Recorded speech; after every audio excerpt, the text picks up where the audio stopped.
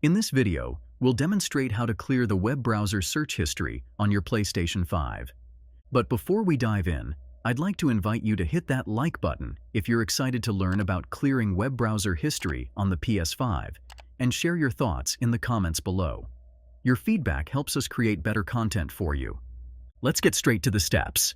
Go back to the PS5 home screen. Navigate upwards and select Settings. Scroll down and choose System. Select Web Browser located at the bottom left. Move to the right and manage your browsing settings. Enable or disable cookies. Delete cookies. Clear website data. Prevent cross-site tracking. For example, if you choose to clear website data, a prompt will appear asking for confirmation to clear the browser data. Select OK to proceed.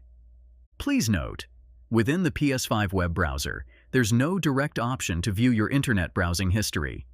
You can only navigate back and forth to see previously visited sites.